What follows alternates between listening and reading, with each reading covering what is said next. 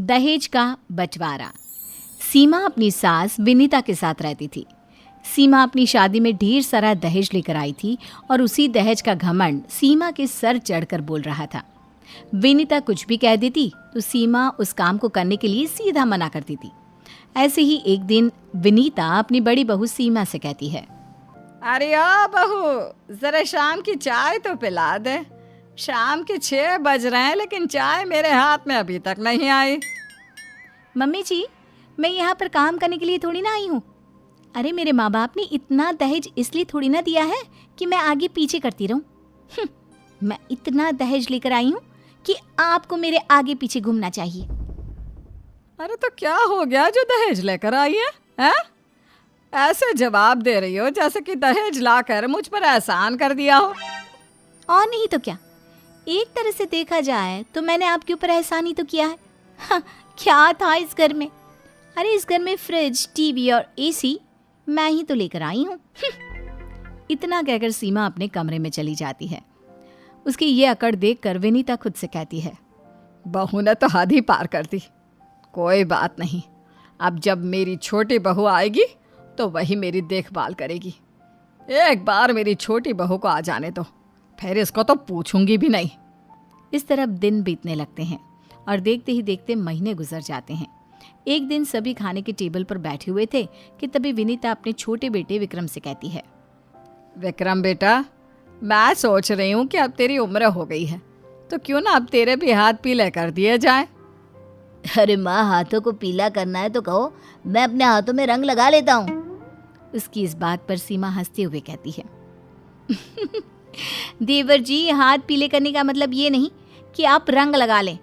इसका मतलब ये हुआ कि मम्मी जी आपकी शादी की बात कर रही है। सीमा की बात सुनकर विक्रम अब शर्मा जाता है और हंसते हुए कहता है, भाभी, मैं आपको क्या कह सकता हूँ, आप लोगों को जो करना है वो करिए। इस तरह से अब विनीता अपने छोटे बेटे विक्रम के लिए रिश्ता ढूंढना शुरू कर देती है और कुछ ही दिनों में विक्रम के लिए एक बहुत ही बड़े घर से एक लड़की का रिश्ता आता है। लड़की दिखने में सुंदर होने के साथ साथ संस्कारी भी लग रही थी और यही देखकर विनीता उस लड़की के लिए हाँ कर देती है। और ऐसे ही अब कुछ समय बाद उन दोनों की शादी हो जाती है। शादी के बाद नेहा अपने घर की सारी जिम्मेदारियों को बखूबी निभा रही थी कि तभी एक दिन नेहा की जेठानी सोफे पर बैठकर टीवी में ससुराल सिमर का सीरियल देख रही थी और वहीं पर नेहा आ जाती है और अपनी जेठानी से कहती है, जेठानी जी, आप इस तरह से पैर पसार कर सोफे पर बैठकर टीवी देख रही हैं, क्या आपको और कोई काम नहीं है? हे भगवान, अब तुम मुझे मेरा काम बताएगी? अरे मैं अपना सारा काम करके बैठी हुई हूँ।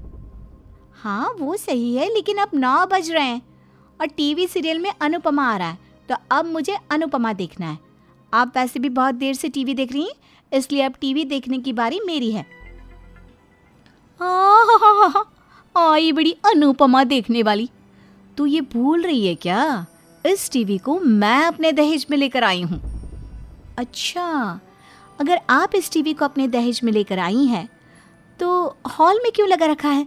लगा लीजिए ना अपने कमरे में। ये बात सुनकर सीमा मन ही मन कहती है, बड़ी आई मुझे ज्ञान देने वाली। खुद का दहेज तो अपने कमरे में लिए बैठी है ना, इसलिए मुझे ज्ञान बांट रही है। कुछ कहा क्या जेठानी जी आपने? ना ना देवरानी जी, मैं आपको कुछ कैसे कह सकती हूँ भला। उन दोनों की बहस यूं ही चलती रहती है और कुछ ही समय में अब दोनों के पति घर में आ जाते हैं और अब विक्रम अपनी पत्नी नेहा और विनय अपनी पत्नी सीमा से कहता है, नेहा, बहुत भूख लग रही है, जल्दी से खाना लगा दो। हाँ सीमा, वो बिल्कुल सही कह रहा है, हम दोनों बहुत थके हैं, जल्दी से खाना लगा दो दोनों के लिए। अब सीमा डाइनिंग टेबल पर दोनों के लिए खाना लगाती है। दोनों खा लेते हैं तो कुछ समय बाद सीमा, नेहा और विनीता साथ में बैठते हैं खाने के लिए। खाने के दौरान नेहा अपनी जेठानी को कहती है, जेठानी जी, जिस डाइनिंग टेबल पर बैठकर आप खाना खा रही हैं ना, वो डाइनिंग टेबल मैं अपने दहेज में लेकर आई हूँ। अब क्या था, उसकी बात सुनते ही सीमा का गुस्सा 7वें आसमान पर पहुंच जाता है और वो अपना खाना लेकर अपने कमरे में पैर पटकते हुए चली जाती है। ये देखकर विक्रम और विनय दोनों एक दूसरे का मुंह देखने लगते हैं। लेकिन उन्हें कौन समझाए कि उन दोनों की पत्नी दहेज के पीछे जंगलियों की तरह लड़ती है।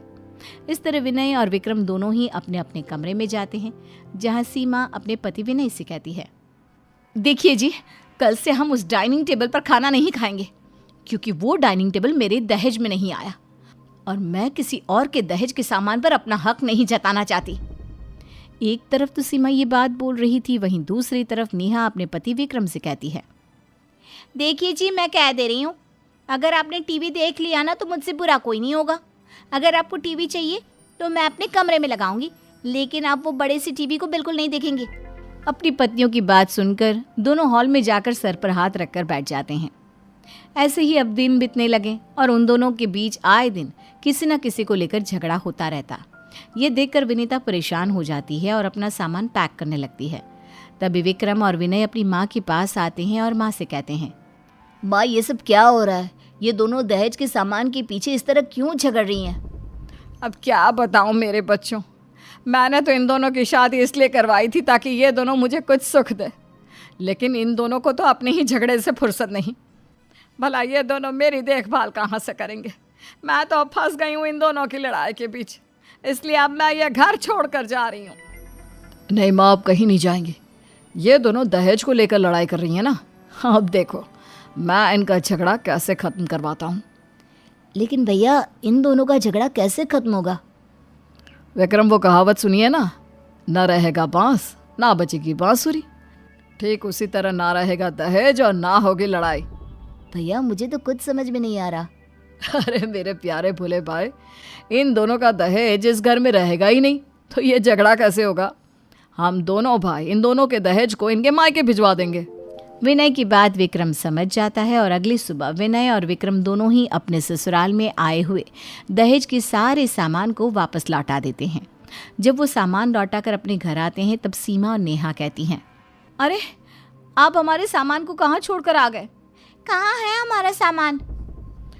तुम दोनों के दहेज के सामान को तुम्हारे मायके पहुंचा दिया है, क्योंकि तुम दोनों का झगड़ा हद से ज्यादा बढ़ गया था। अरे एक बहू होती है जो घर को संवार कर रखती है, लेकिन तुम दोनों जंगलियों की तरह लड़ती रहती हो। इसीलिए हम दोनों भाइयों ने तुम दोनों के दहेज के सामान को तुम्हारे मायके छोड़ दिया है। हाँ मेरी प्यारी बहू, मैं तुम दोनों के बीच में इसलिए नहीं बोलती थी क्योंकि तुम दोनों मेरी सुनती ही नहीं थी। अरे कुछ सामान के पीछे तुम अपना रिश्ता खराब क्यों कर रही हो? उन तीनों की बात सुनकर नेहा और सीमा अपनी नजरें झुका लेती हैं और सभी से माफ़ी मांगती है। हमें माफ़ कर दो, हमसे गलती हो गई। हम दोनों ने अपने अपने सामान के पीछे इतने झगड़े किए हैं कि हम ये भूल गए थे कि हमारे घर में हमारे अलावा आप लोग भी हैं। हाँ, आगे से हम दोनों ऐसी गलती नहीं करेंगे, इसलिए हमें माफ़ कर दो और हमारे सामान को वापस ले आओ प्लीज़। उन दोनों को सभी माफ़ तो कर देते हैं, लेकिन नेहा की बात सुनकर विनय कहता है, तुम्हारा दहेज का सामान तो वापस नहीं आएगा, लेकिन हाँ, आज से घर में जो कोई भी सामान आएगा वो हम दोनों भाई ही लेकर आएंगे। विनय की बात से अब सभी राजी हो जाते हैं। अब ऐसे ही दिन गुजरने लगते हैं, लेकिन कहते हैं ना, इंसान अपने रहने सहने का तरीका बदल सकता है, लेकिन अपनी हरकत कभी नहीं सुधार सकता। ठीक उसी तरह नेहा और सीमा थे। धीरे धीरे अब विनय और विक्रम दोनों ही अपनी सैलरी में से अपने घर में सामान लेकर आने लगते हैं और अब नेहा और सीमा की लड़ाई एक बार फिर शुरू हो जाती है। ना, अब मायके के नाम से नहीं, अरे ये तो मेरे पति की कमाई का है। और ये देख, विनीता अपने सर पर हाथ रखे सोफे पर बैठ जाती है।